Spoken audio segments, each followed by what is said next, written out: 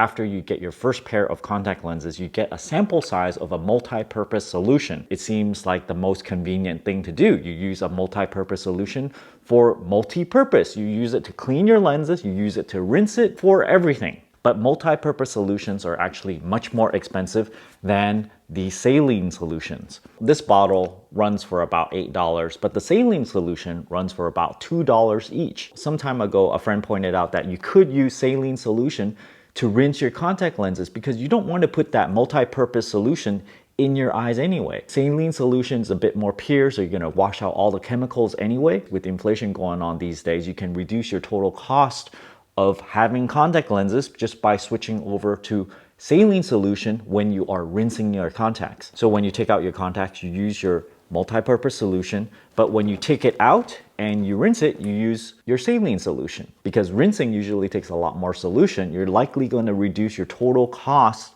by more than half. I hope this helps you reduce your costs. Don't forget to give me a like and subscribe for more. Thanks for watching.